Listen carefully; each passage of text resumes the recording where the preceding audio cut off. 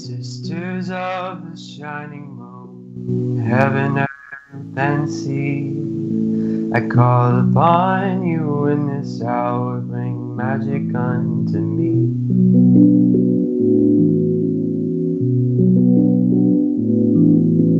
Brothers, oh, the cauldron cries, it singeth unto me the songs of Mother Goddess and of Father in the tree.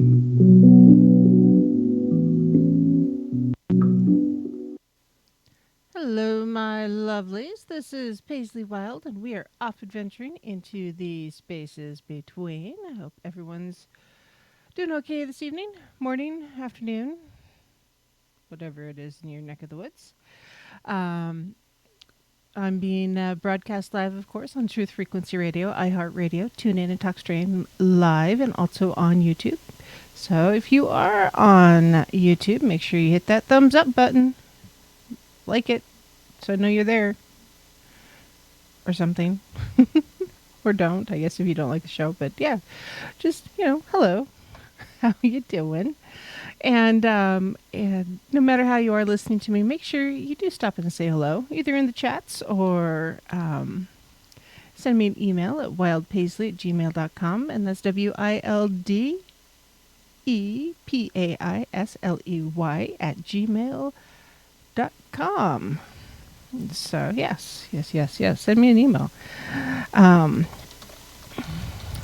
cannot talk and type this evening. Found out why I was so out of sorts last night. I woke up with a migraine about 4:30 this morning. It was gloriously awesome. For those of you who get them, my utmost sympathies, and those of you who do not, you don't want them. I end up with a hangover afterwards. So, and my brain's just all fuzzy, and it's just such a good time. Good times to be had by all.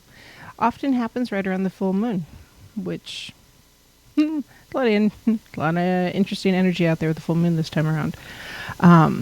If you do want to support the show, please do so. You can do that at etsy.com/shop/Monarch Mountain Studio, MTN for mountain. Or you can go to patreon.com/the spaces between. Or you can also go to paypal.me/PaisleyWild if you wanted to just, send me a random gift, if that's something that you wanted to do. I like random gifts. I talk about them. I do. I've got a wand. I've got a rock. And for those of you who got the video yesterday, you know that I had quite the book last night too. So yeah. Yeah, I am not afraid to show any of that. And then the call line is open tonight. I promise I will pay much, much better attention. That's 213-233-3998. Or if you're across the pond in the UK, you can go to 44203 393-2871. And I promise one of these days I will remember that phone number. Because, I just... too many things in my brain. Because, that happens. It does. And I'm trying to copy and paste, and it's just not working. So, different energy today from yesterday. That's the energy. I don't know about in the news, because I have studiously not looked at the news all day. Mostly because I didn't want to have to, put any of that in, any of that miscellaneous news stuff in my brain when it's already hurting. Nice. Podcast mic. So, Louis, that sounds like a awesome thing. I would... Don Longbeard is better at figuring out what hardware is needed around, because he bought this gear and it's like, all right, cool. I'm just going to roll with it anymore. Because it's just easier.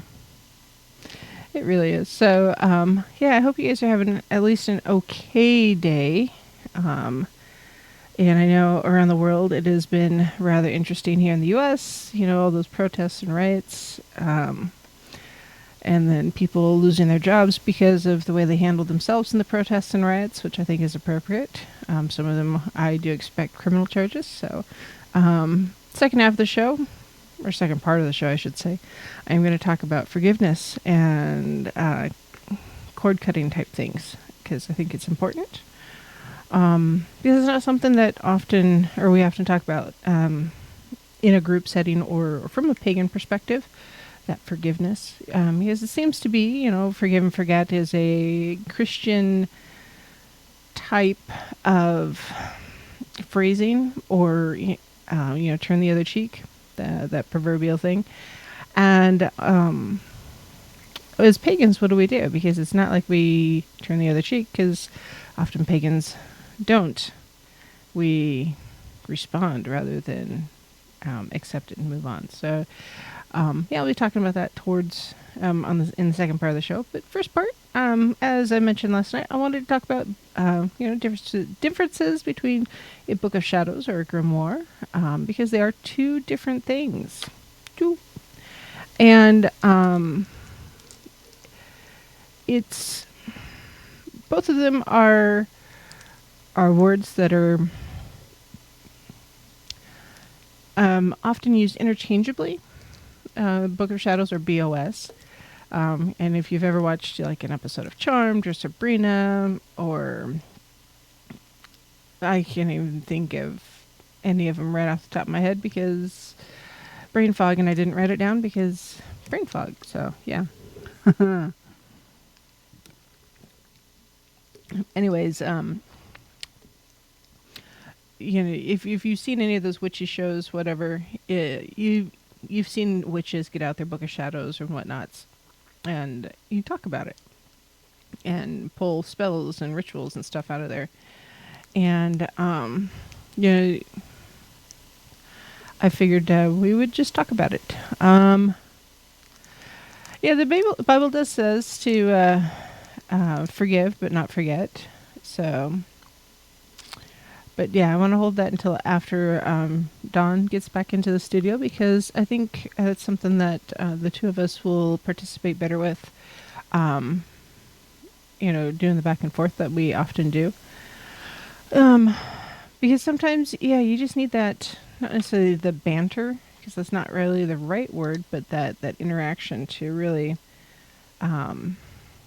drive some points home and have that, just that interaction in general.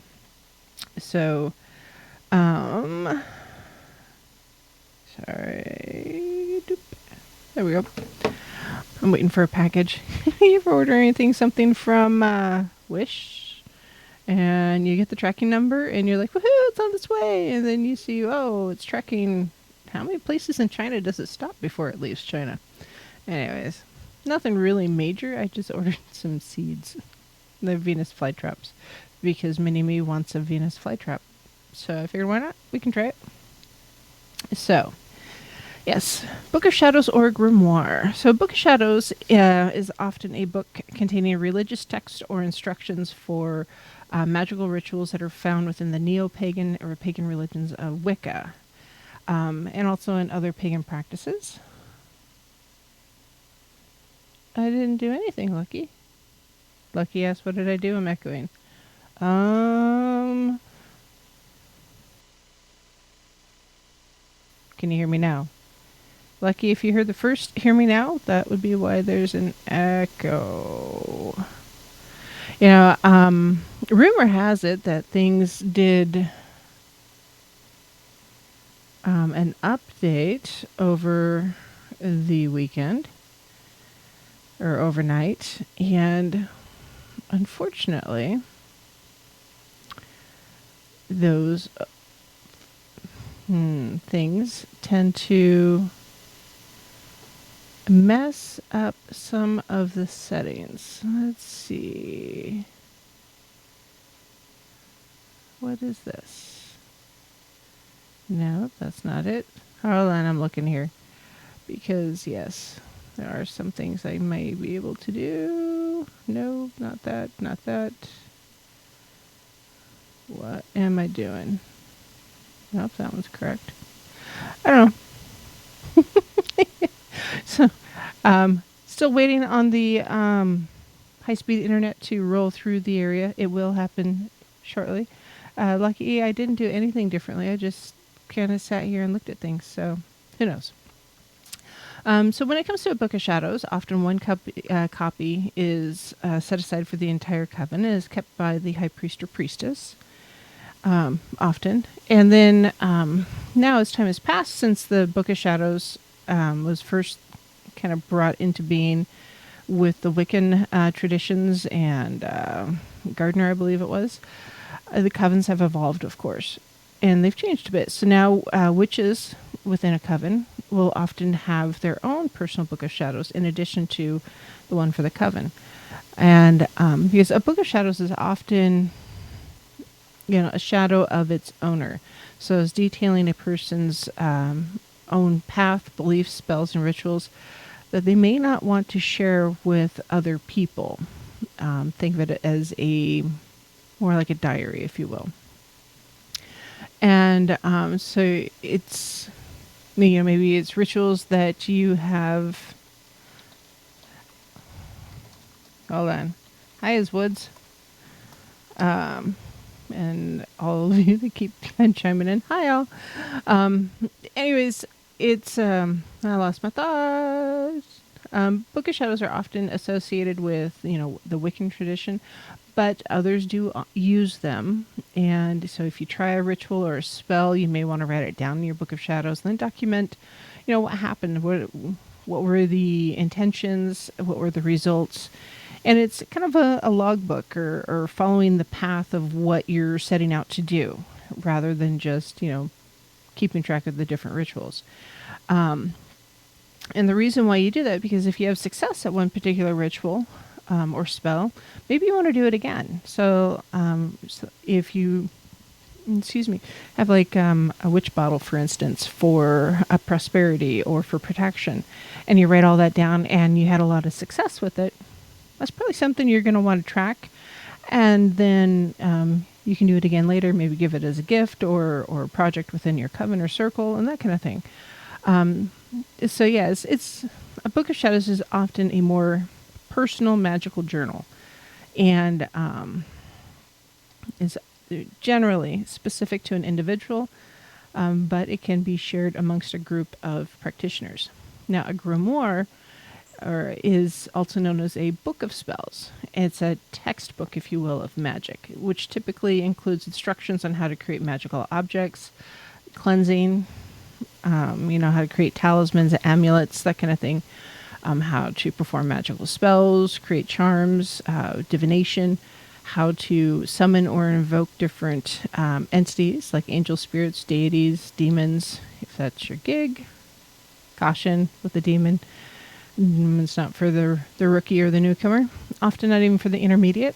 You really do kind of need to know what you're doing there. In many cases, the books themselves are considered to be imbued with their own magical powers. Now, in other cultures, there are other sacred texts that are not grimoires, such as the Bible, that do have or are considered to have some sort of magical power or supernatural powers just intrinsically. Anybody who's ever watched a horror movie where there's someone who needs to have an exorcism or vampires, the priest will pick up the Bible and they'll say, try to use that to force out the demon or the entity. So that's that intrinsic supernatural property. Now, all books on magic could be thought of as grimoires. Not all magical books should be thought of grimoires. So a grimoire can be a Book of Shadows, but a Book of Shadows cannot be a grimoire, if that makes any sense. It's a little complicated. So a grimoire is general knowledge. It's just a book holding the information that all witches can be used. And that's often a generational book, or one that is passed from from one witch to another.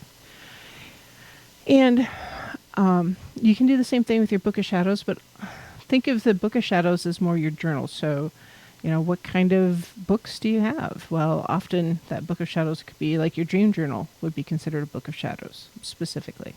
I talk about it a little bit more after a bit, but so yeah. Let's see.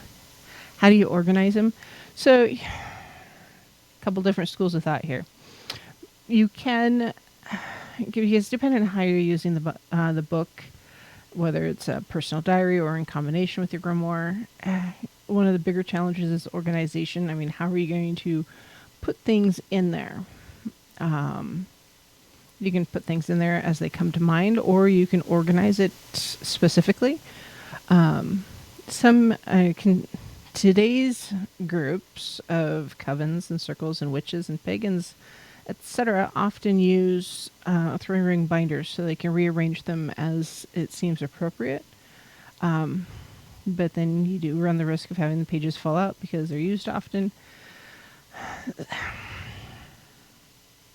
I don't know. I personally really like both. I like having the 3-ring binder to use as my Book of Shadows specifically, and the things that work or the things that I want to keep for more posterity and less personal, I guess. Those are things that are going to end up in the grimoire. So the book I showed you all last night that I got, which is really awesome. Oh my gosh, thank you again. That's going to be more of a grimoire, I think, rather than a true Book of Shadows. There will be some notations on there. It's currently not kind of having a cleansing a little bit, but I'll be doing more on that in the coming week. And just kind of bringing it to myself, if you will. So if you're using your Book of Shadows as more of a diary, because that's often what happens, you can, organize it just like a general diary. You turn the page, write a new date, and you fill it in as you go. Or you can put little tabs and say, all right, well, this tab I'm going to have, my day-to-day stuff. This tab is spells. This tab is dreams. Whatever format is best for you. Because, if you've ever gone to school, and most people have in some way, shape, or form, not all books are arranged the same way. Not all information flows the same way. So you really have to stop and think about what is best for you. And don't be afraid to create one and start writing things down before you know what you really want to put into your permanent one. Because if you wait, you will forget things. How often have I said, I'm going to come back, I'm going to talk about X, Y, and Z after the break. And then 3 minutes go by for the break, and I'm off on a different topic altogether. I've totally forgotten what I was talking about just before the break. So that's a real thing. Because we often forget what we're talking about. And maybe it's because I'm older. I've earned my gray hairs. Or it could be just, just the way of it. It wasn't as important as I thought it was in the moment. So it does vary. Now it is, I love my beautiful book. Love it. For some people, it's not practical just because of their organization or lack of organization. I've already decided, how I'm going to put stuff into my book. Just as I encounter it in my brain and need to write it down, that's where it's going to go. So it will be, the organization in and of itself will be a little bit of a protection because I can be quite scattered.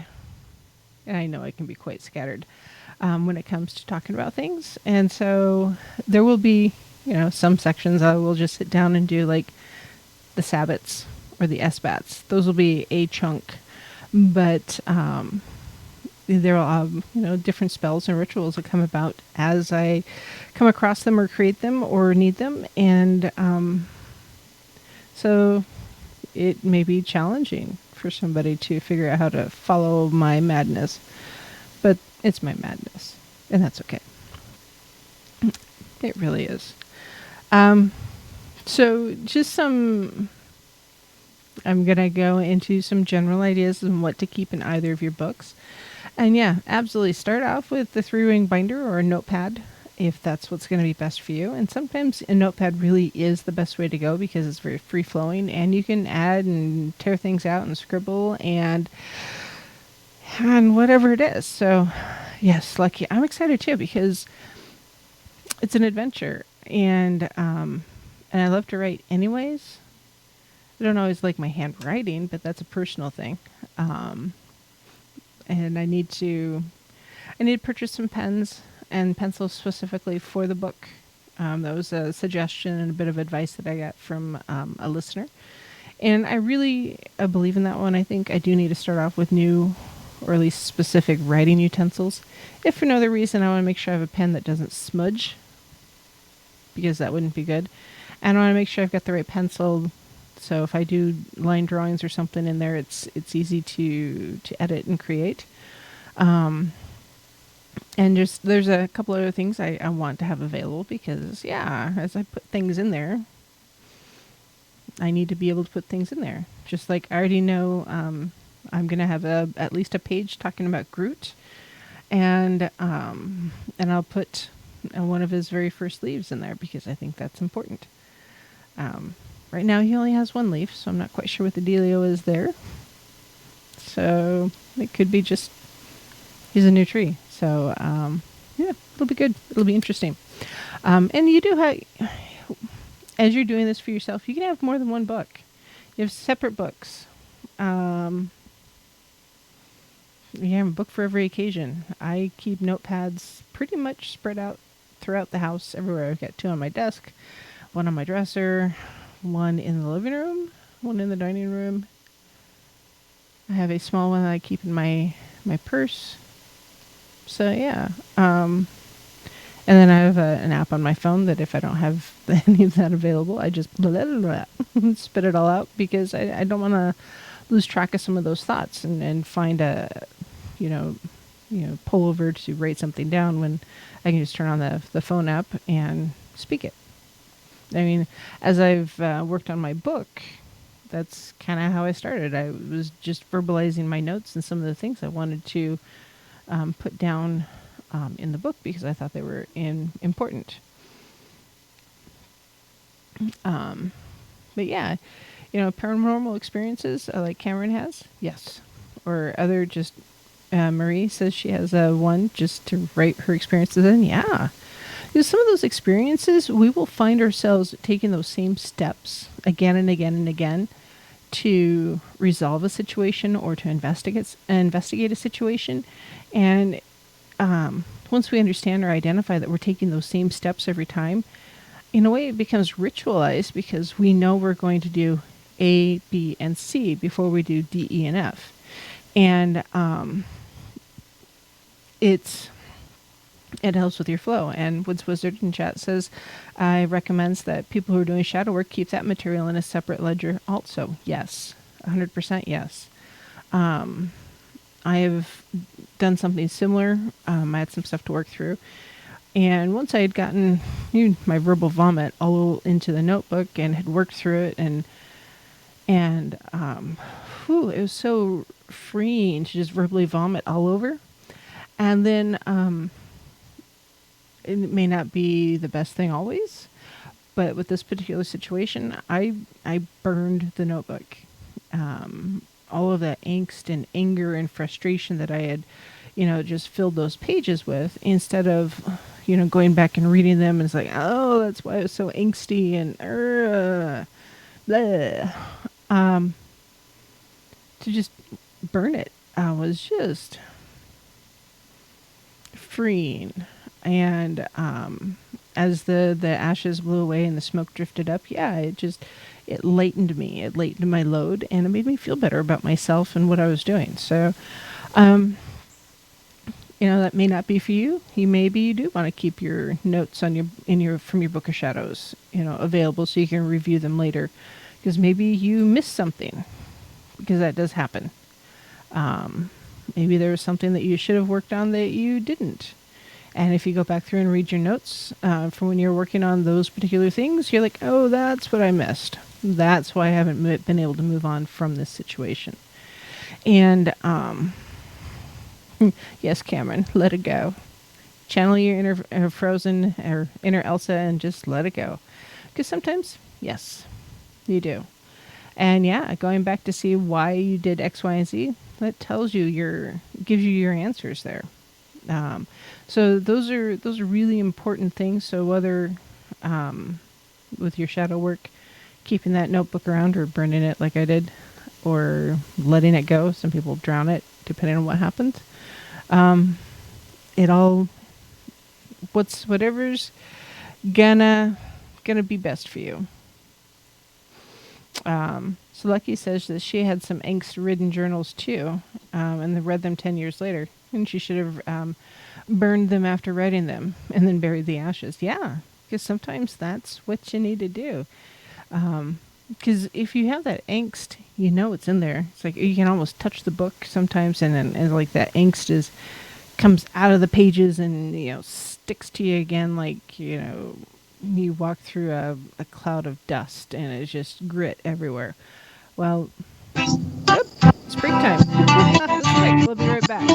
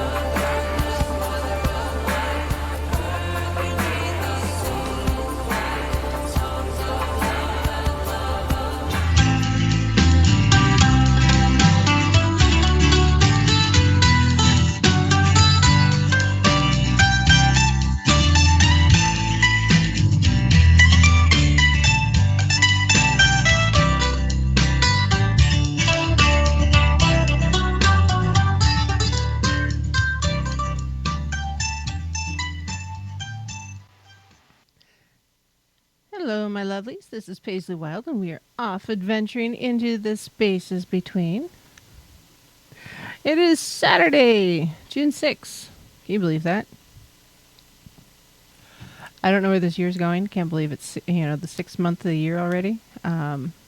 Mini-me graduated out of kindergarten remotely, of course. And so we're talking about first grade for next year. And what it's looking like, and there's a midterm celebration for the break, and there's another 2.5 months before classes get started again. Poof. How does that even happen? Time, I tell you, it's distorted. I don't care how you put it. Sometimes it's just exceedingly fast, and sometimes it's just exceedingly slow. Let's see, a real quick look at the chat rooms. Looks like we've got Lucky and Utility Belch.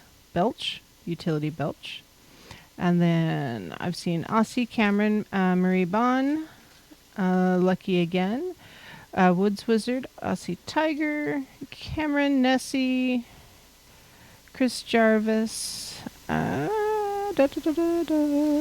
Ray, Lewis, and if I missed somebody, I'm sorry.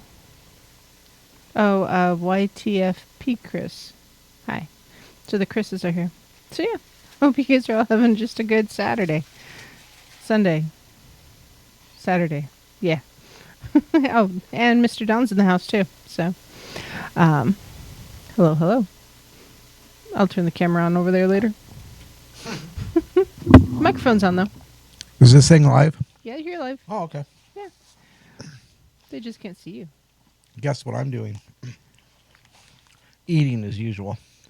Well, if you didn't work such weird hours, and actually, no, you just portaled over here, didn't you? Portaled, yes. So, yeah. Time thing. Let's see, where was I? Oh, yes. So, if you, when it comes to your Book of Shadows or Grimoire, and you are part of a specific coven or in a specific tradition, you'll probably want to keep track of some of those traditions and practices, and rules and guidelines that are within, just because they're important. I would write them down in your book so that you would know where they are. It doesn't matter. And if you're a solitary practitioner or eclectic, you can also use the same area to write down what you think are acceptable rules of your practice. Kind of giving yourself your own set of guidelines or your own structure, if you will. Because I feel, my personal feeling here is that the written word, it puts form to your thought or your desires. And so, if you write it down, these are my rules within my practice, it's easier to hold yourself accountable for those things. And then, so there are some things that are not acceptable, and you need to kind of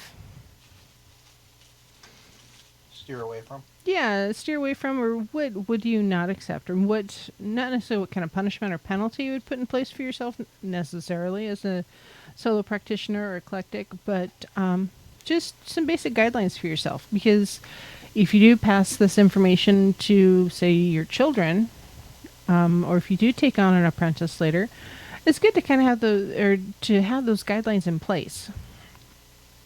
That way, everybody's on board and everybody kind of knows what's going on at the same time. And since they're already in place, you don't have to, go through and re-explain things.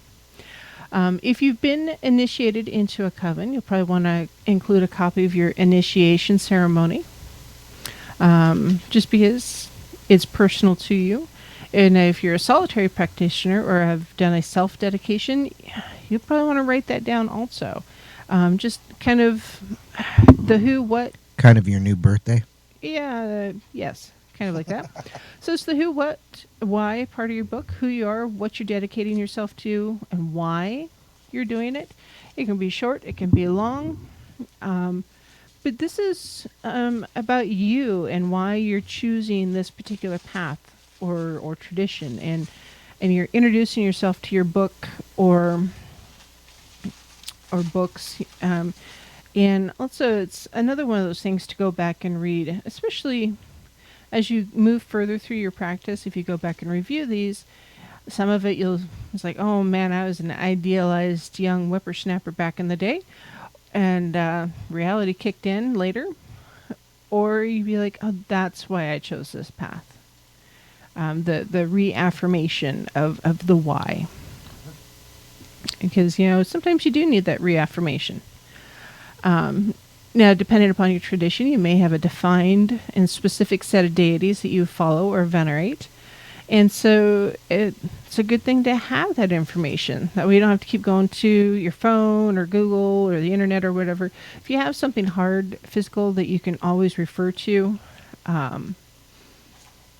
it cuts out that thing. Because what if the power goes out, or if you want to go do a ritual or something out in the woods somewhere or at a park, that way you have that information with you. And if you have information about those deities, legends, myths, artwork, it's a good thing to have in there too.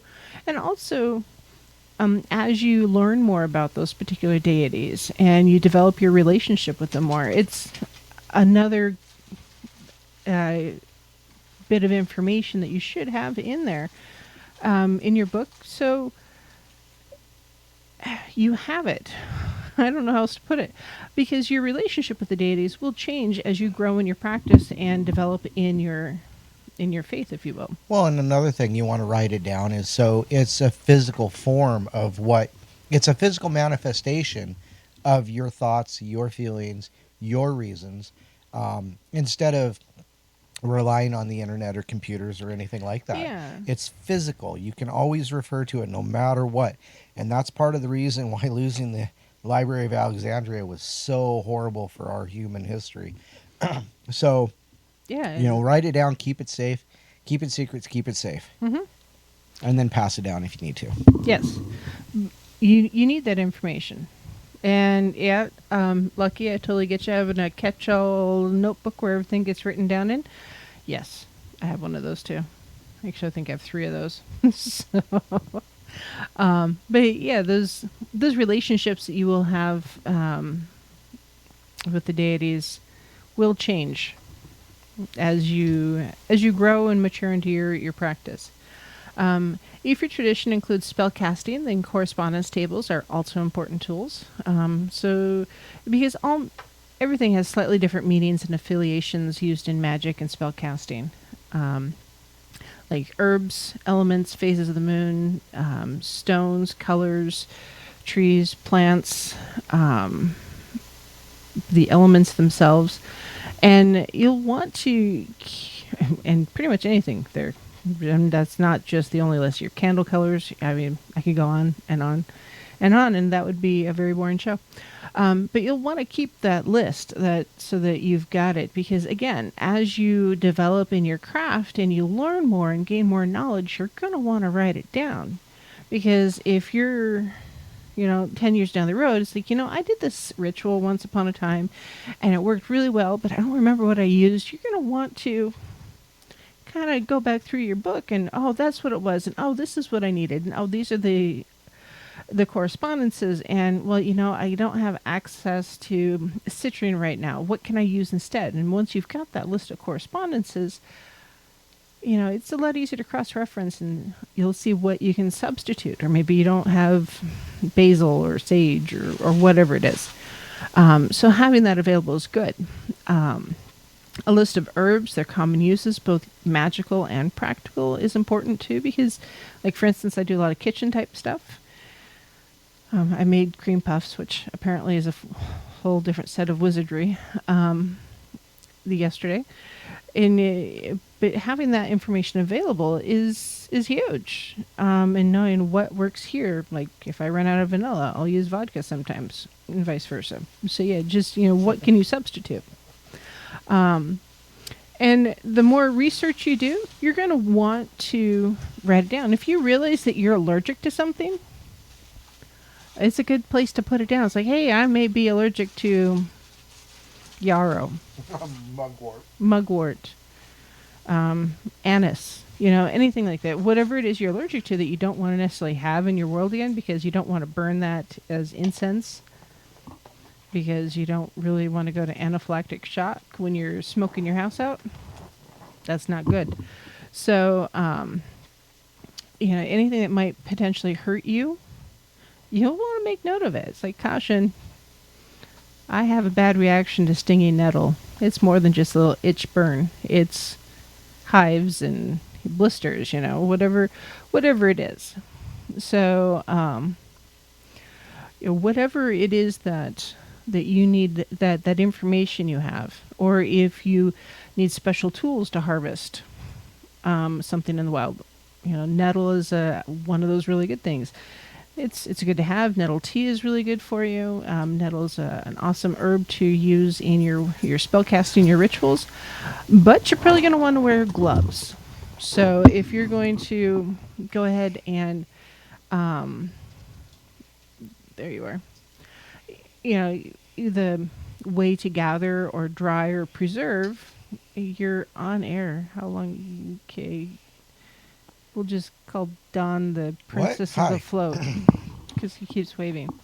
So anyways, yeah, how to process those herbs. Do you dry them? Do you turn them into a tincture? If you're going to tincture them, how long do you let them sit and encounter the vodka? So whatever information you might need with those different herbs and things you gather, especially with like wildcrafting, that's important information to have. Yeah, actually, that's good information right in that spot. Because there's, yarrow is a good thing, but there's a couple other plants that look a little bit like yarrow, or what's the big mushroom that everybody likes to get? Cabenzies? No. Oh, morels. Morels.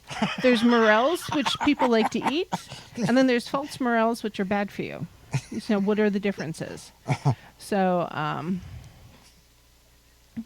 just having that information is available is good.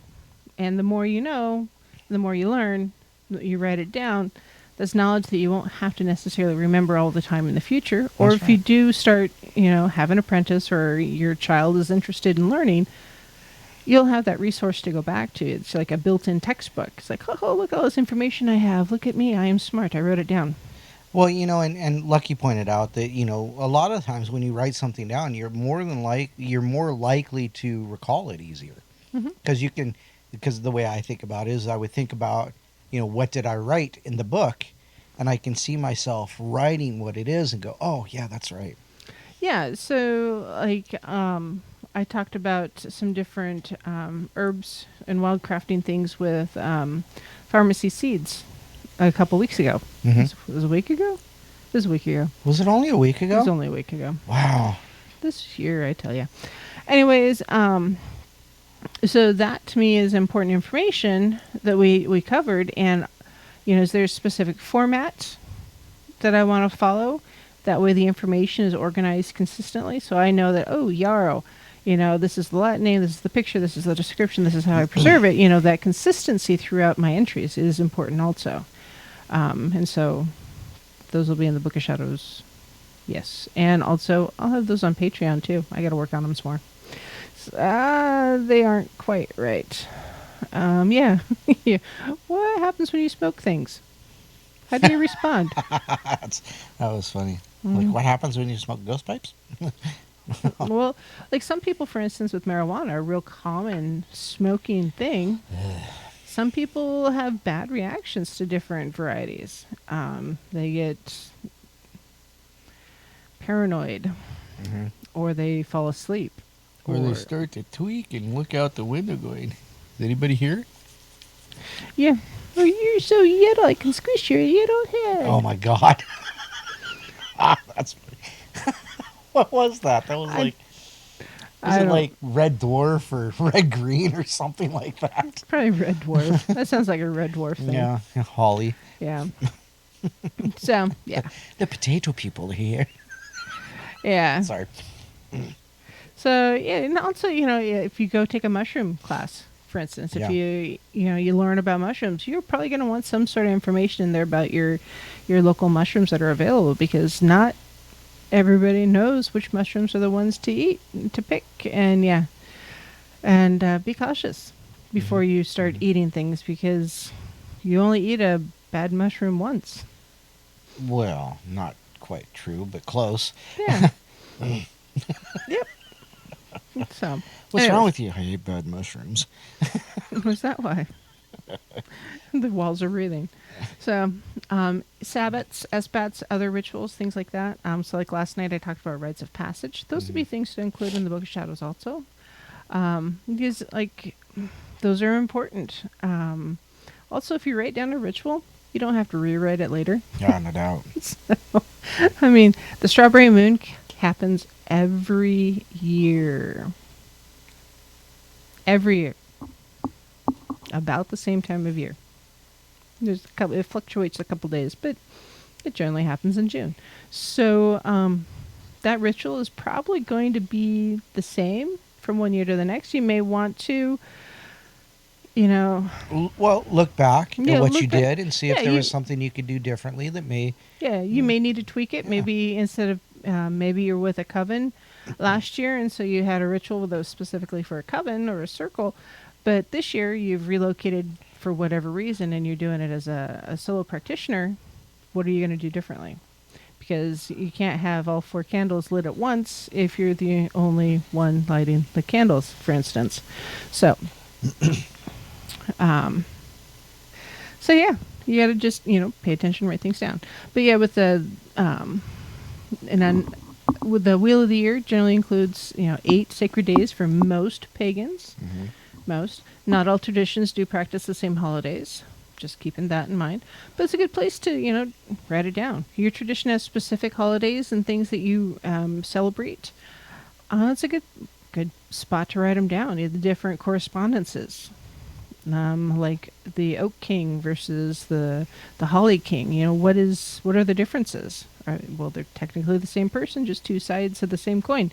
But what are the different aspects, and how do you flow from one season to the next? So that's information that, you should write it down. It's good for you. And if you celebrate all of the SBATs, write those down too, or other rituals that might come up.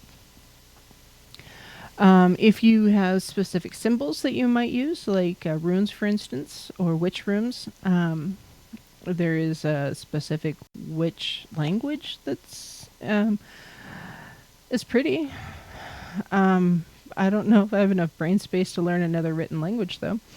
But if that's something you want to do, that would be good to write it down. Common symbols, or symbols that are specific to you and your practice. If you do divination, it's good to write that stuff down in your book also. The different tools, how to cleanse them, because there's some crystals that you may use for divination or scrying that should not be washed in water, for instance, because it can damage them or cause a reaction, and that's bad.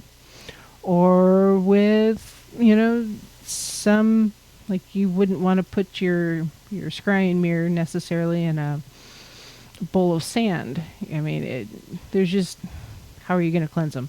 So keep that in mind also. So whether it's tarot cards, scrying, palm reading, or astrology, what is it you do? What are the things that are important to you? And, how to keep those things, cleanse them, and maintain them. If you do meditations or visualizations, the different rituals you do or follow to do those, the results that you might experience. Because, I've had some meditations that, are very peaceful and relaxing, and others that were not so much. What was different? Was the music different? Was there no music? Was where I was at? Were you tripping in a bathtub listening to Tool? Yeah, That was awesome. whatever it is, you write them down. Other texts, sacred texts, or alphabets. So if there's chants or rituals that you're super fond of, or things that you've really resonated with you that you've seen somewhere else or experienced somewhere else, and you want to keep it, write it down. or if you do study other alphabets, for instance, some do. The dog probably needs out. I'll go let the stupid dog out. All right, your Dog camera's on all it. yeah, your camera's all messed up anyway. So, those alphabets. So, say you have glyphs that you like to use or hieroglyphs. What do those mean to you? What are your meanings? Or if you have a special language that you've created just for, whatever that information is. Pay attention and write it down. That way you have that information, because someday you may bump your head and forget things. And instead of trying to struggle to remember something, if you've got that key written somewhere to go back and refer to, that's a good thing. Let's see. Recipes. So yeah, if you're a kitchen witch, for instance, and there's certain recipes that are best, like if you have a special dressing or something that you use at during holiday seasons that work best for chilling out your family, that may be a good place to write them down. Or if you oil blends, incense blends, or herbal blends that you use in your practice, and what the different elements mean or your components mean. And if you have, whatever you use, write it down. Keep track of it. What are the correspondences? Can you substitute something for something? Or if you do, what happens if you substitute pink Himalayan salt for black salt, for instance? What's the difference? What happens? So just being aware, because if you're going to do any experimentation and practicing and such, write down your results. That way you know what you did and why you did it. With spell crafting, because not everybody does, but some who do, write down your spells, the details, measuring. Do you stir clockwise, counterclockwise? And what was the purpose of the spell? And, any detailed instructions, like some things you want to just do in the full moon, some in the new moon. Why? Some in the full moon, but not when there is an equinox or eclipse. Different word. Or like the moon right now is in Mars, so everybody's a little angsty, so maybe you shouldn't be doing some things. Cleansing is different when people are being angsty. Hold on. There you go. Don's on there. Okay, that's not what I meant, but okay. Angsty. Angsty. So yeah. And just what is it that you might have done, or the things you do, if it's important enough for you to do a ritual or craft a spell or create a ritual, it's important enough to write down so you have it and see what the results are. Some people like to use scrying mirrors, and they do different things to create the scrying mirror. What are the steps, and why do you do it that way? And again, it goes back to, what is it that you're doing? So if you do have someone to pass it down to, that information's already there. No reason to reinvent the wheel if you don't have to. So, any thoughts on Books of Shadows or Grimoires? Well, I don't know what you said during the first 25 minutes that I wasn't here. So, I take it you're just talking about good things to write into your... Good things to enter into it.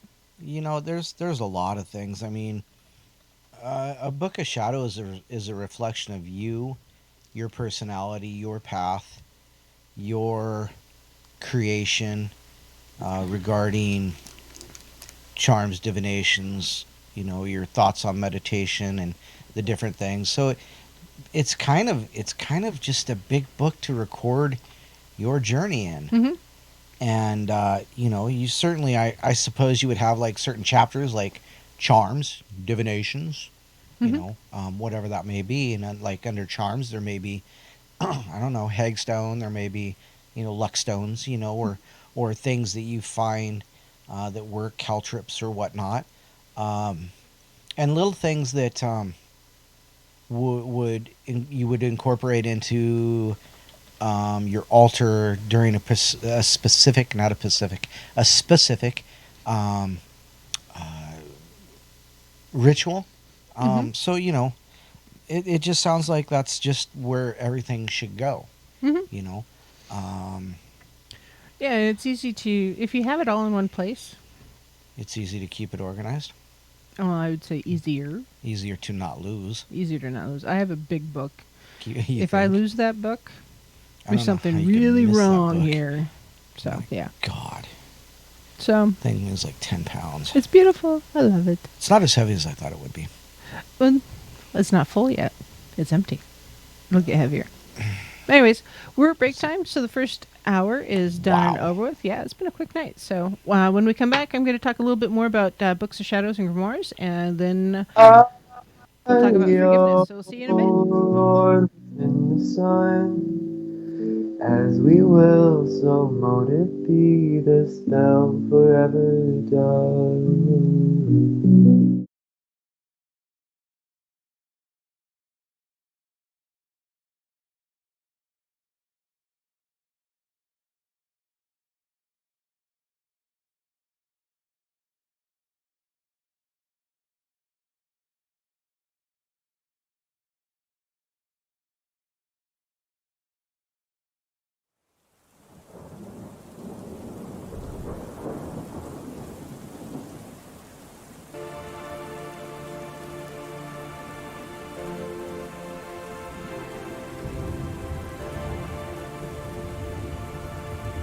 Mother of darkness, mother of light, earth beneath us, soul in flight, songs of love and love of life, guide us to our heart.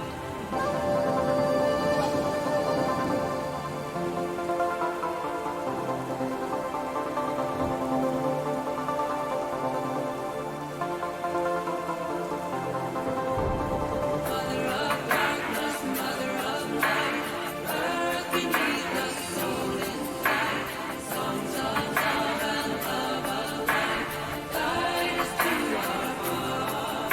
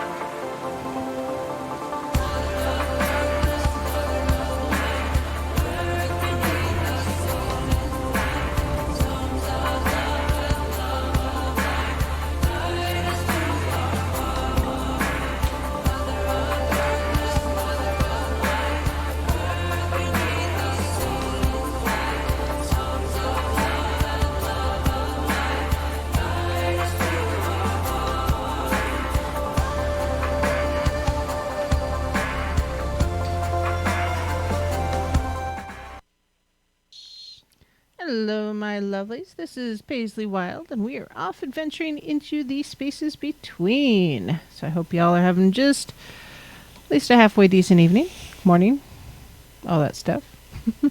And everything in between. Yeah. So the call line is open, by the way, and that is 213-233-3998, or if you're in the UK, it's 44203-393-2871. If you haven't stopped to say hello in the chat, please send me an email. It's wildpaisley@gmail.com. That's WILDEPAISLEY@gmail.com. And just a little quick bit about iLife. You should check it out. It's iLife.com. It's the official sponsor for Truth Frequency Radio, and it's just a really good CBD blend. Especially right now when people are not feeling well around. It's good for you. Helps balance things out and make you feel better without some of those other things that are often in oils. So yes. Anyways, if you want to support the show, go to patreon.com/thespacesbetween, or you can go to etsy.com/shop/Monarch Mountain Studio, MTN for mountain. And we're just talking about grimoires and books of shadows. Book of Shadows, or BOS. So, I'm sorry, did I miss? So, what is the difference?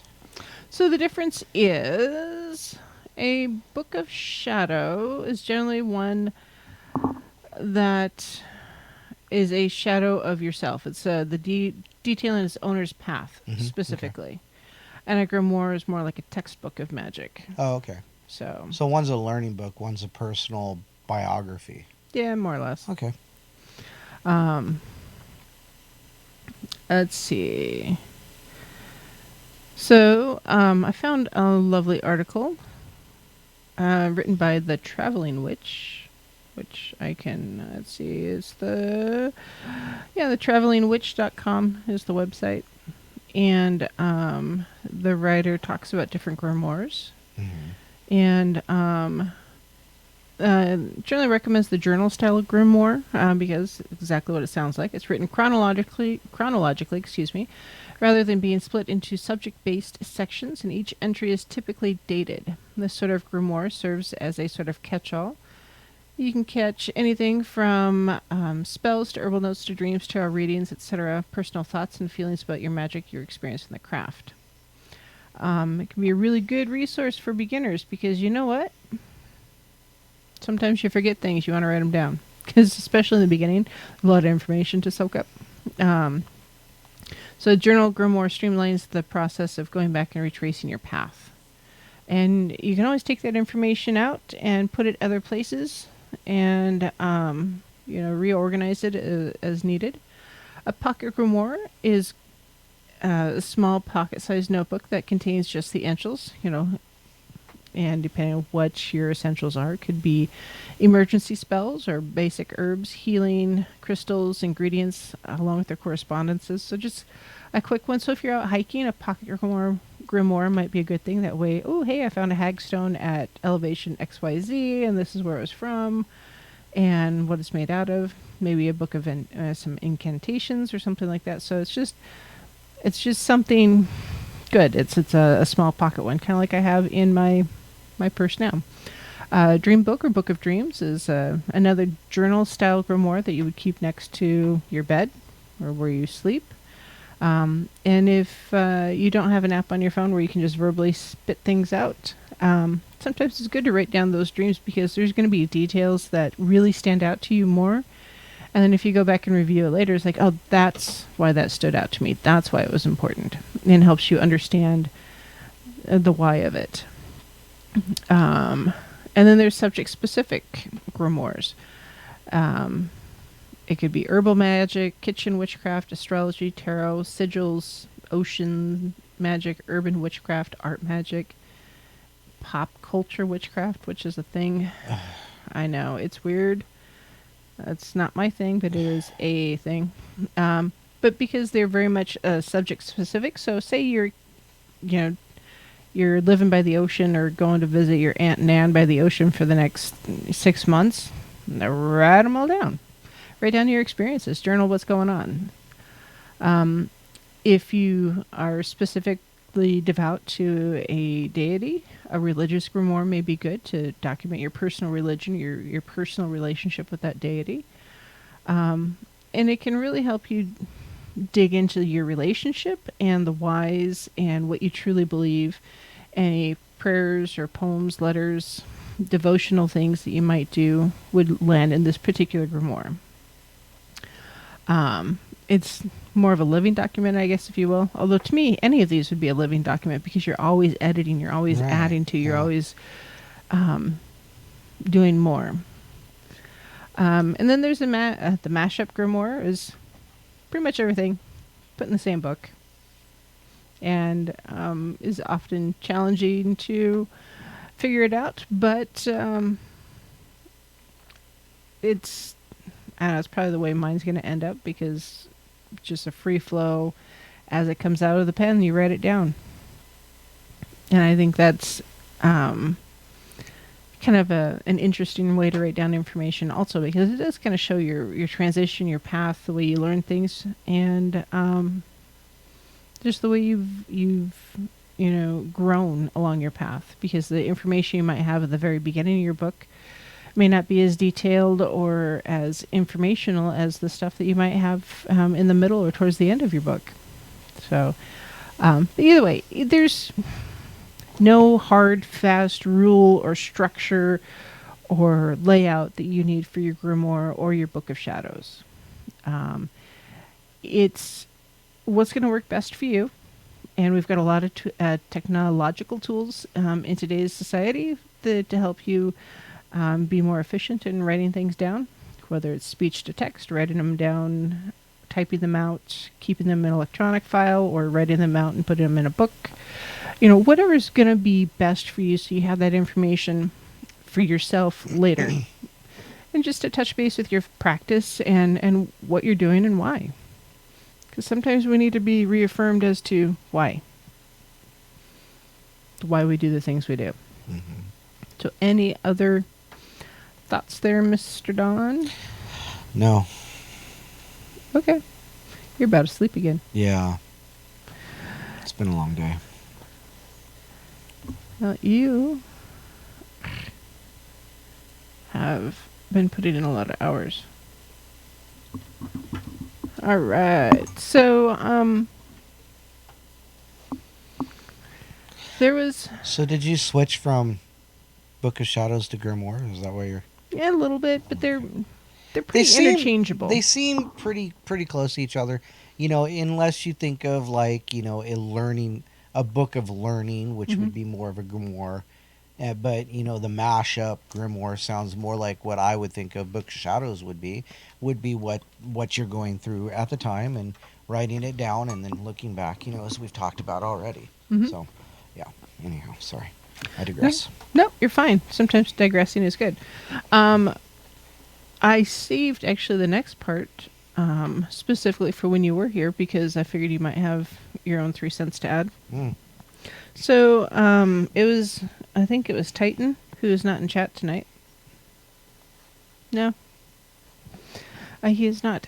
I had questions about forgiveness, and so did Lucky actually on the pagan path because forgiveness is often preached with Christianity. Mm. And we don't really talk a lot about forgiveness as pagans, which I don't know why not. Because when you read about or study on paganism and witchcraft and the different deities, you see a lot of information on like honesty, perseverance, reciprocity, learning, growth. Not as much on forgiveness, because forgiveness seems to really be the realm of Christianity, for instance. Hmm. But it's not, because forgiveness is assumed to be a really good thing, and it is often. It's a sign of an enlightened individual, and sometimes it's very necessary for our own well-being, and that's true. Because if you don't learn how to forgive yourself, that will cripple you as your personal growth. Oh, okay. Not just forgiveness of others, but forgiveness of self. Well, forgiveness of self, that's fine, but pretty much, you smite your enemies and you don't have to forgive. Would you like to be smote? Yeah, right. Because Yeah. there's a misuse, I think, of forgiveness. Because, like, hey, if you forgive your abuser, that means there's no consequences. No, For instance, that's not what that means. well, depends on where you're at. A lot of the Christian community. So, if you forgive your priest for doing things that he shouldn't have done, you may not talk about it. And there is some of that. If people do something bad, and the victim forgives them or feels that they've forgiven them, sometimes Are you saying you exonerate them with forgiveness? that is the general trend. Hmm. And forgiveness is not exoneration. They're two different things. Exoneration is not smoting your enemies. Right? Because, like, with relationships, for instance, if you do something to hurt someone else and you're in a relationship with them, whether it's a friendship or romantic or parental, it can damage the relationship. Mm-hmm. There's a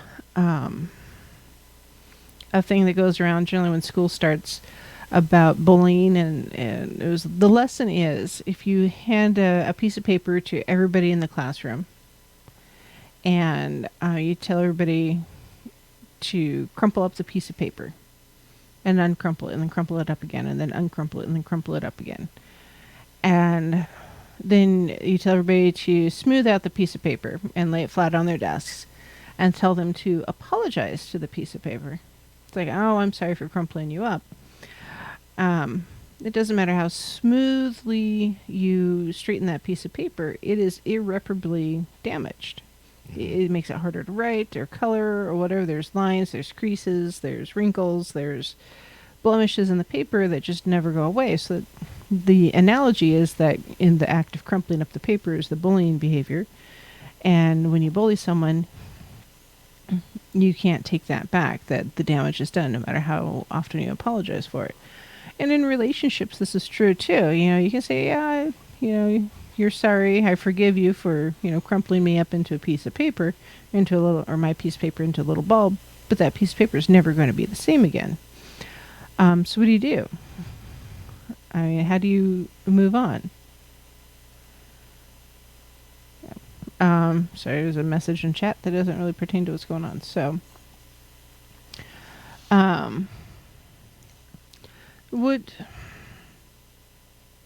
there's the assumption that forgiveness says you hurt me, but I'm not going to let you ruin the relationship, and says, I forgive you, let's move on.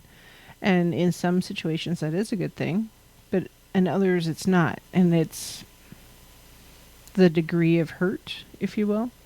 And some relationships are permanently damaged by that hurt. And there is no going back. So what do? How do you do forgiveness, Don? I let it roll, and if you do it again, then there's an issue. And shame on me, shame on you. Sure. Fool me once. What was it? Fool me once, shame on you. Fool me twice, shame on me. Sure. I mean, there's been a lot of things that have gone on in my life, that I, held on to, and a lot of it dragged me down and kept me, not being mentally healthy. And, there's a difference.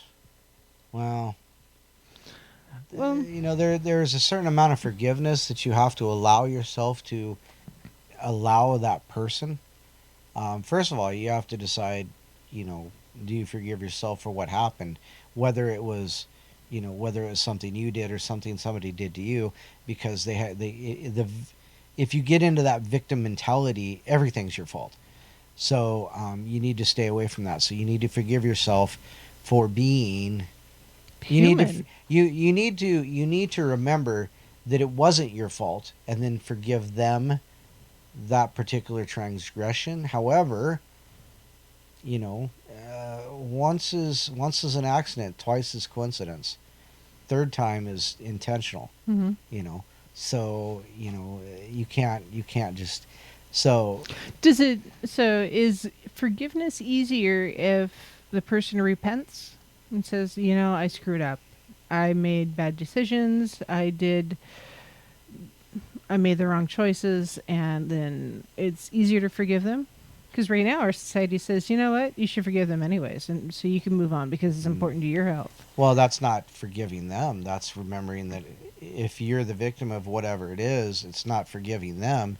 It's telling yourself that it was not your fault. That's all that matters in my book. You know, and I think there's a lot of that though. Or else there's going to be a lot of smoting going on.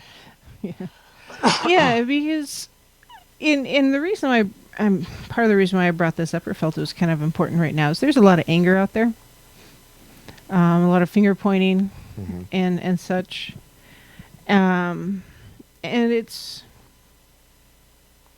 you know, who's the bigger person, I think, is something else that's often brought up, is like, be the bigger person and forgive them so you can move on. I think sometimes you can move on without forgiving someone. Mm-hmm. Mm-hmm. Mm-hmm. The only caveat that I would make to forgiveness is the degree of relationship. You know, it's one thing to forgive your mother something that she did when you were younger, but if she did it later in life after you've forgiven her, it's not okay. If your friend, you know, steals your whatever, you know, it's like, well, how do I feel about that whatever that they stole? Is it important to me? No, then forget it. You know, don't forgive them, just forget it. You know, just, it doesn't matter. That goes back to my ideas of negative energy. I just don't accept it. I just give it right back to you. You know, you can not give it back to you, but let you keep it. Mm-hmm. You know, okay, great, see ya. You know? Yeah, you know, I mean, because I can move on without their Approval? friendship. Mhm. You know, but moving on without one's family is a little different. It's a little harder. So, you know, degree of relationship really kind of guides my judgment on forgiveness in that kind of a thing. Somebody I just know that I don't really, you know, care about, go jump off a bridge. Yeah, there is that. Because there's some things I think that people do that are Unforgivable. unforgivable, and there are sometimes people do things because they need the attention. Which is still unforgivable Oh, because that's selfishness. well, sometimes that's the only way they know how to get attention. Well, those are the people that you don't keep around. Those are the ones that need therapy, shadow work. So Lucky says, but my feels. yeah, because it's hard to move on when someone hurts you, and I don't know. It's hard. That's just all there's, and it's different for everybody. By the way, there's no one particular right way or wrong way to forgive someone or to figure out a relationship, because a lot of them are specific to the situation. Most of them are specific to the situation. I had someone I thought was a friend that I hung out with many years ago, and I was a lot younger, and we went out and we're to the local bar and bumped into some of her family members, and we all wandered off. I had walked to the bar because I was not planning on driving home, and ended up going to some stranger's house for a party, and then she decided to get a wild hair and go somewhere else and do something else. And by golly, she left me there. And so I had to figure out a ride home, which wasn't too bad because, beer was involved and it's pretty easy to bribe people with beer sometimes. And it was about 6 months before I allowed myself to be in a situation that was anything like that similarly with her. And by golly, she left me again. After that, I didn't spend. It's like, nope. If you cannot be responsible enough to be around your friends whom you said, hey, no, I'll take care of this. It's all good. And you're so focused on self. No. Nope. Not doing. And so it's just, there's the whole forgive and forget. Doesn't work for me. No, that's something that, it's a Hallmark card or something. Yeah, see, because if you forget about it, they do it again. And then you forget about it again. And now they've done it 3 times. And it's like 50 first dates, It's like I can't remember from day to day. Exactly. And so therefore you don't realize how badly this person is using you. Exactly. So there is no forgetting. Mm-hmm. And it's not like just... I said, a lot of times for me, there's no forgiving either. Mm-hmm. But I just walk away. I'm like, I don't have a problem keeping my pool really, really small.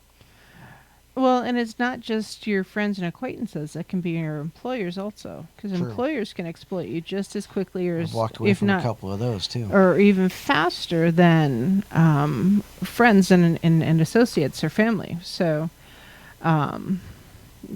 so forgiveness is something that's often associated with sin, but that's a Christian concept. Oh, well, that's interesting that you brought that up too. Why? Well, it's just because, the basic rule is, do you know what right and wrong is? Yeah. And it is subjective to the way you were brought up or the way you choose to believe, which way is right and which way is wrong. However, it's called a social contract where we all agree that murder is wrong. And for some reason, if somebody murders somebody, the social contract says we understand that that's wrong. But then you have the psychopath, right? Or the sociopath, I know that a lot of people, not so much right now in our society, but in the years past, there's a really big trend about blaming your parents. It's like, I was this as a child, so this is why I'm such an asshole now. And that's really what it is. And, once you understand the difference between right and wrong, you really can no longer blame someone else for your actions. It lays at your feet. And so, it's... I have a harder time forgiving people or accepting that kind of behavior from someone when they say, "Oh, well, I was abused as a child, so I'm abusive now." It's like, that's victim mentality. Just because you were raised or encountered something as a child doesn't really mean that you can perpetuate the cycle. Exactly. You don't always have to be that way. So, for instance, I'm going to use this. It's a kind of a hot button topic right now, racism. Our generation didn't grow up with as much racism as the generation before us. You mean prevalent? You mean my generation or your generation? We're a few years apart. Not that far apart. But you stop and think about it. The people who grew up 100 years ago, racism looked totally different. Very different. It was what people want racism to be now. Yeah, they can actually point the finger and blame instead of forgive what's gone before. And so, and it's racism comes in all colors, shapes, and sizes. It does. And it's not specific or exclusive to any one particular shape, color, or size. As a witch, witches have been oppressed for let's just say discrimination in general. Discrimination in general, yeah. Witches have been discriminated against for a very, very, very, very, very, very, very, very, very long time. Very long time. But that doesn't mean I can't have Christian friends. That's up to your Christian friends, because part of what I believe in my, well, I'm going to use the word spirituality, is it's not my problem because I accept you for you. It's your problem because you can't accept me for me. Mm-hmm. So therefore, it's your problem, not mine. Exactly. So, all we can do is try to build on what we've learned. Right. So, if you don't want to perpetuate the cycle, don't. Mm-hmm. You have to make that conscious choice. You have to forgive yourself for divorcing yourself from your past so you can move on to a better future. All right. Going to break. On that serious note, we'll be right back. I want to talk about cord cutting.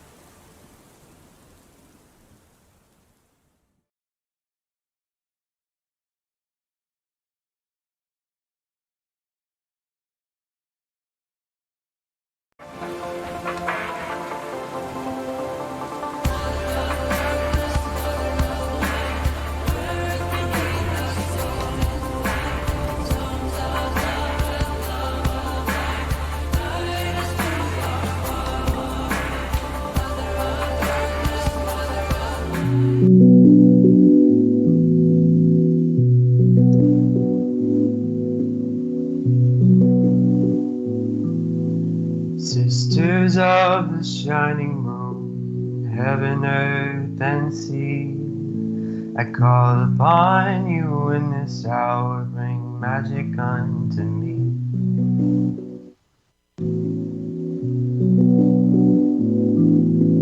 Brothers, oh, the cauldron cries, it singeth unto me the songs of Mother Goddess and the Father in the tree.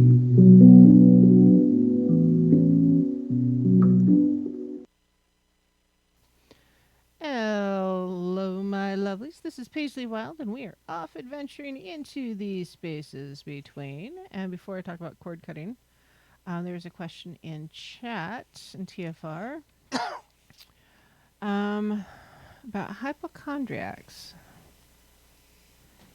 Trying to understand the question here. So, how to deal with hypochondriacs? And I think, oh, here, let me put the confusion on Don's face for all to see. Whatever. So, in a way, hypochondriacs are attention seeking because if they're sick, they get attention. But it's a little bit Munchausen, but that's really what it is. And there are a lot of people out there who think they are sick all the time, or you know, they feel the symptoms as soon as they see the commercial.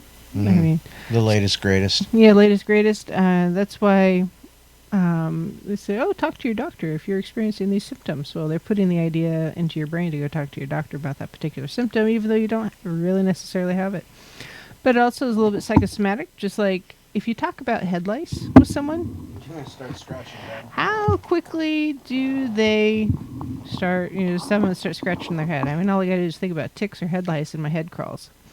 It's icky. I don't like it. At all. Get my head itch just now. I should have brought that one up. But, I think, it's, if someone's a hypochondriac, I think it's hard to forgive them because it's like, dude, you're not sick. Stop pretending you're sick, because there's a lot of attention, a lot of energy that goes into someone who's acting like a hypochondriac or says, oh, I'm sick, I've got this going on. So, I'm kind of mixed on that. I mean, once again, it comes down to me just looking at people going, you know what, deal with it. I'm kind of a cold person a lot of the time, but it's like, dude, like last week you had H1N1 and the week before that was, SARS. You're going to have MRSA next week, and I've dealt with people like that, but it's like, you know what? I don't even acknowledge it. I just got to the point where I'm like, okay, and just move on. mm-hmm. I mean, it seems like sometimes it's, well, I'm sicker than you are. And I just look at him and go, okay, move on. And it's hard, especially if it's a family member who seems to be sick with something all the time. And this particular person, it's their mom that's the hypochondriac. And it's hard because it feels like you're always taking care of that person or doing something to help that person. Depending on their age, that's what nursing homes are for. I'm kidding, but at the same time not. Yeah, because sometimes it's out of your hands. Mm-hmm. It's beyond what you can do. But also, just because they're crying wolf doesn't mean that there's not something really wrong. True enough. And, you have to protect yourself also. There are people out there who want you to feel like you are just as sick as they are because it makes them feel better about being sick, even though they're not really sick, and it becomes just this vicious circle. And yeah, Lucky says it's like a contest that some people do, like the I got it worse than you game. And yeah, it's just easier to walk away. But yeah, it's hard when it's a family member, especially a close family member.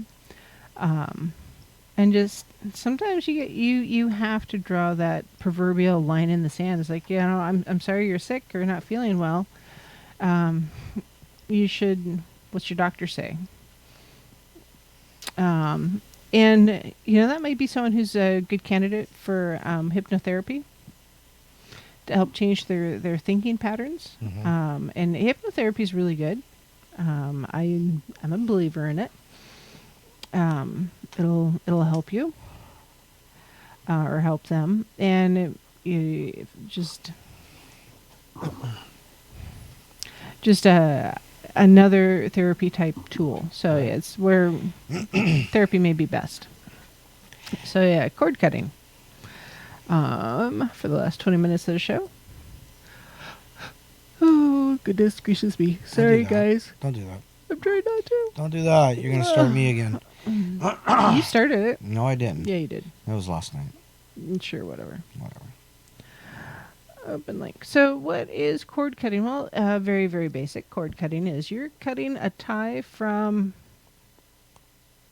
you, linking you to something in the past or another person.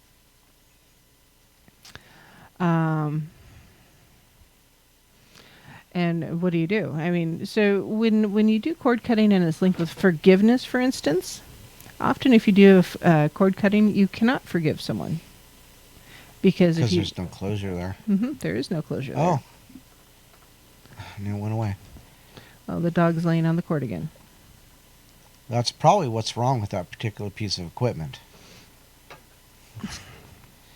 Anyhow, cord cutting. Cord cutting. So,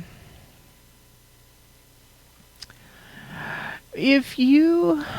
And the reason why I'm looking into this is because someone I know wants me to do a cleanse, and I want to incorporate a cord cutting bit to it to kind of divorce herself from the past, because it's a physical thing. Because some things are not forgivable. And so what do you do? What do you do? Well, for me... or what my plan is, I guess, is to help this person let go is, work through it, do some cleansing, some emotional cleansing, spiritual cleansing, that kind of thing. And then the cord cutting. There'll be some knot magic where in tying the knots, they'll represent the past. And then we'll cut through the cords at one of them. And so that she's, you cut through the knot of the past and some of the pain of the past, because that happens, and we'll be able to move on and move forward and do an additional cleansing. So that's real basic. And she wants to do it on air, by the way. I don't know if we'll do it live or probably video it. Oh gosh, dog, stop that. But yeah, basically, a cord cutting really does separate you from the past. And when you do a cord cutting type of ceremony, you'll want to use a color or cord colors that correspond to what you're trying to achieve or that have meaning to you. And before you cut the cord, you're going to want to speak your intentions and why you want to do this. Because you can't just, tie a knot in a string, cut it, and like, woohoo, I'm good. See ya. Peace out, Cub Scout. I'm done. There's got to be something a little bit more pomp to it, I guess, if you will. Some things are easy like that. They really are. But it's the ceremony of it. Just like when you get married, for instance, there's a big ceremony. Or graduation, there's a big ceremony. It's like a funeral. Or a funeral. There's ceremony to it. There's steps to it, and often, in order to move on from the past, to forgive the past and yourself, you do have to literally divorce yourself from the past and cut that cord, cut the ties that bind. And there's a reason why people say that. If you're being bound to your past or bound to family that is not good for you, that is negative to you, that wishes you ill, you want to cut the ties that bind you to that person or those people or that situation. And And the amount of energy that you put into a cord cutting ceremony is often directly related to how effective it is. Because you can't just on a whim say, oh, okay, well, this cord is cut and I'm good. Are you sure? Do you mean it? Yes. Well, no. I mean, if you just, throw it out there, it's like, hey, I cut the string, I'm good.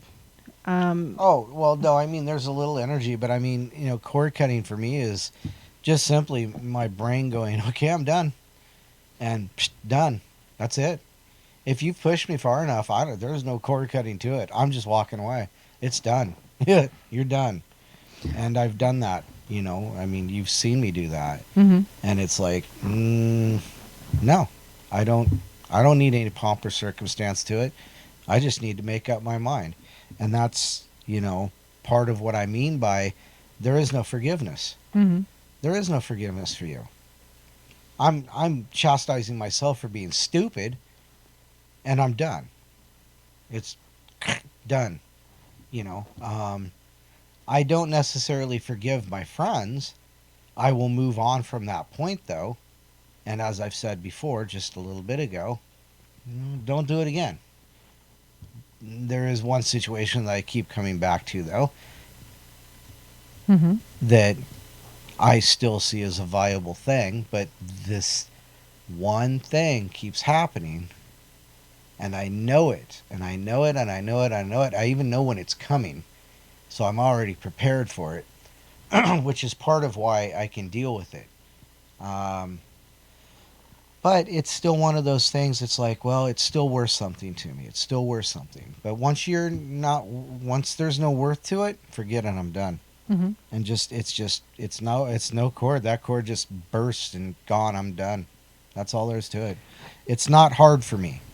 But then again, that's who I am. Mhm. That's where I got pushed to the point where in my life it's like, Is it harder, do you think, for you to bind yourself to someone else in a relationship of some sort, what friendship, coworker, that kind of thing? Because no, because I keep everybody at arm's length until I decide that, until it's to a point where it's like, not so much I decide, but where it actually becomes a fellowship, and that's what friendship should be, is fellowships. It's like someone you can not necessarily confide everything to, but certainly, have fellowship with. Mhm. And so that's important. Mhm. But, Dee says that there's some people that she can only forgive a little bit each day because once in a while she's still pretty pissed off. And if she still wants to give them an uppercut after a few years, there's still some work to do. yeah. And yeah, that's true. I know that I've had a couple of relationships very similar that it's like, seriously, you went there? Of all the places you could go, that's where you went? And it's an incremental thing. And, they do say the proverb, time heals all things. Well, it's not so much time heals all things, but more time has passed, the less strongly you feel a thing. Right. It's less present. And you haven't had that present in your life, so you haven't, you've not so much, you've moved on. It's not forgiving, it's not forgetting, it's just moving on. Going, you know what, there's a road over here, I want to take a left, you could take a right, and we'll be fine. Yeah, and I'm just like most people, I only have so much brain space. Mm-hmm. And I have to prioritize what I put in my brain. Right. And some people just don't deserve to take up a section of my brain. That's just like garbage in, garbage out. Mm-hmm. So, but anyhow, I don't think it's that big of a deal. Mm-hmm. But like I said, that's me, and that's where I've been pushed in my life, and it just became second nature to be able to walk away from things. So, there you have it. Yeah. Well, and Bomber says she had to cut a sisterly type friend out of her life many years ago after she burned her and then let her back into her life, and then she caused more drama. So, nope, that's it. Done. Mm-hmm. Moving on. And, sometimes you have to do that. And, yeah, sure, you can revisit, go back, after a period of time has passed to, see if that relationship is worth salvaging or working on, because some of them are. Some of them are important. My mom, for instance, ended up forgiving and moving on or moving forward with her in a more amicable place with her own mother, just who's very abusive to her when she was growing up, and she basically said, "Nope, done." And there was very little contact for 40 years. And it's only in the twilight, or in my mom's twilight years, that they really developed a good relationship, a loving relationship, because it wasn't there. Mm. So part 2 of what Bomber said about the person that she cut out, she says, no hard feelings, no resentment, just cut. She no longer existed. This week she contacted me and wanted to apologize and come back into my life. She said she loves me and wants me in her life, and she's asking advice. Well, here's my advice. Let's go back to this. I cut a sisterly friend out of my life many years ago after she burned me bad, and then when I let her back in my life, she caused more drama. What is the likelihood that that person is just going to cause more drama and, just... And she's 2 for 2 right now. Yeah, and so let's just go for, strike 3. Why? Being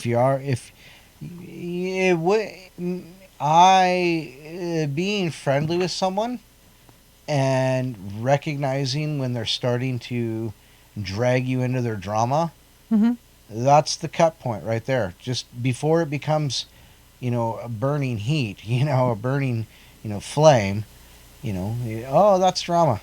Look, I told you I don't want to be included in your drama, and I'm done. So, I have a cat named Drama. If you really want to feed Drama, you can pay me $1 a day to come over and feed my cat. It's better for you than feeding Drama in your life. You can feed the drama in her life. Yeah, you can feed my Drama cat. So, yeah, just be careful, Bomber. It's ultimately up to you to do what you're going to do. If this is someone that you feel you need to have in your life, for whatever because of whatever relationship you guys had previously, or how intertwined they are in your life, because for instance, if it's someone who's related by marriage, you may not have a choice, because in-laws sometimes you can't choose. Okay, so if you don't have the energy for that kind of drama, then don't let it in. Yeah. And that's viable. That's a good reason. You know what? I can't do it anymore. Then stop doing it. Yeah. That's a broken cycle. I've got a couple of people in my life that are like that. They burned me in the past, and they're on the periphery of my life. If I bump into them, I'm cheerful and we're polite in public. But they're not someone I'm going to probably invite over for dinner. So you can allow this person back into your life, but that's not someone I would tell any secrets to. So, yeah, just be cautious, because if you don't have the energy for it, you don't want it, then don't. And that's the thing. We grow up. When we're young and running around and doing our thing. When we're young, drama isn't such a bad thing, because that's what's teaching us what we need to do for later. And then when hopefully people grow out of that drama, and a lot of people don't. They just continue it. It's a cycle, and if they don't break that cycle, at 30 years, I was 30 years old before I went, you know what, I'm breaking this cycle. This one's done. It's not getting me anywhere. And that's kind of where I started, cutting cords. And then I just got to the point where it's like, you know what? I'm just walking away. There's no cutting to this. I'm just going. See ya. Bye. If somebody calls me up and says, hey, you know what? I haven't seen you in forever. Yeah, there's a reason for that. It's because I don't want to get together. I don't want this garbage in my life, and you've brought garbage every time. And so that's the way I would do it. So and Bomber goes on to say they're from the same village, so if she goes home, she'll probably bump into this person. So keep her at arm's length. Don't tell her any secrets. Yeah, just be pleasant to her. You know, if she wants to tell you something, let her tell you something. But don't give her energy. Knowledge is power. If you give away knowledge, they'll have the power. You know, so that's the way you stay out of their drama. Just nod, smile, and say, "That's nice." I mean, that's just the way I see it. Yes. Lewis wants to see a picture of drama. Oh, jeez. I don't know where she is. I don't either. So yeah, I mean, grain of salt. Yep. You know. Yeah, you know, if she's not willing to put in the energy to be a good friend to you, A good friend, or even a good acquaintance, and not bring her drama into your life to such an extent. yeah. I mean, there's always going to be the times where, you know what, this really sucks, you know, and that's one thing. Mhm. But if it's like relationship, it's like, nah, I don't even care. I'm not interested. You know. Yep. But yeah, it sucks that, you know, your car, you know, you missed your car payment. Yeah, that's pretty typical though. But don't offer to pay for it or let them talk you into paying for it. So Bomber goes, so if they do bump into each other, and she goes, hey, why aren't you sharing, you know, basically, do I bring with the past as validation of her shit? I've forgiven her for me, not for her. Yes. Do I let it just go and say, sure, knowing she'll be at arm's length? I would say, if she asks, like, hey, can we be friends? Like, yeah, sure, we can be friends. Acquaintances. So for me, I guess I have my friends are like the different levels of electrons for in an atom. Not everybody's in my close inner circle. A lot of people are on the periphery. I don't have a problem calling them a friend. In part because I feel it's a pretty neutral term often. But not a good friend, not a close friend, a distant friend. Right. Well, what you have to remember is you're the one who controls your Mhm. emotions. You're the one who controls what Mhm. you allow in your life. And if you start allowing even a little bit, it's going to come more and more and more, especially if this person has history with you Mhm. and they've done the same thing over and over again. Excuse me. So I've got some people that want to be friends, and I don't have the energy to deal with their BS, so I don't reach out to them. I just let it go. It's like if they say, "Hey, how's it going?" It's like, "Oh, pretty good. How are you?" We have a little bit of 5-minute chat and move on. Generally, I'm not the one reaching out to them though. But then I also have a hard time with friends occasionally because it's I sometimes have to schedule things. I'm autistic enough that I'm not very good at relationships. So she's asked, she made it clear she wants her back in her life. She says she loves you. Well, if she truly If it's not loved you, reciprocated- Bomber, you wouldn't have this situation. And that's what somebody just said. Already, obviously, she's already in your head. Mm-hmm. And I think it's already bugging you thinking about it. If she keeps pestering you, it might start damaging you being on your mind all the time. Thank you, Mr. Chris, for that. That's right. She's already in your head. Mm-hmm. So the problem is she's already in your head. And this is the way I'm seeing it. This is just IMHO. She's already in your head. So cut it. Leave it go. Say, you know what? I don't have time. I'm sorry. You know, I've got enough on my plate. You know, whatever. You know, whatever that is. Let her. You know, in my case, I just say, you know what? I just don't have time. Well, Dee says, do you really need that kind of love? No, that's not love. It's not. It's not love. This person, Bomber, is not having love of you. She's having love of herself. Right. Selfishness. And yeah, I don't know that that's necessary. If having a relationship with her doesn't make you feel good, It's not a good relationship. yeah. So, on that note, It's almost time. So, yeah. So, you know, have a conversation with her, Bomber. Say, hey, you know what? or if you're going to be in the area again in the next couple months after the virus stuff dies down or whatever it is, say, hey, let's get together for coffee, feel her out, see what's going on. And if she's had her spiritual awakening, awesome, support her. But you know what? You are not her path to spiritual awakening. No. That's her own journey. So on that note, forgiveness is not always divine. It can be yourself. You choose who you forgive and allow in your life. And if you needed to really divorce yourself from your past, do a cord cutting. It's important. If you do a cord cutting, write it down in your book of shadows, and what happened, and how it made you feel. Did it help? Because sometimes you do a cord cutting and it doesn't help. It means maybe you weren't ready to move on yet and forgive yourself for the situation. Because forgiveness of self is probably stronger than any other forgiveness you could ever give. Right. Last piece I want to say about to Bomber real quick. If it has happened and they have come to enlightenment, talk with them, but be very skeptical. Yes. Lord, So Mary meets and Mary part and Mary meet again. Love you guys. Be safe out there. Good night. Good night.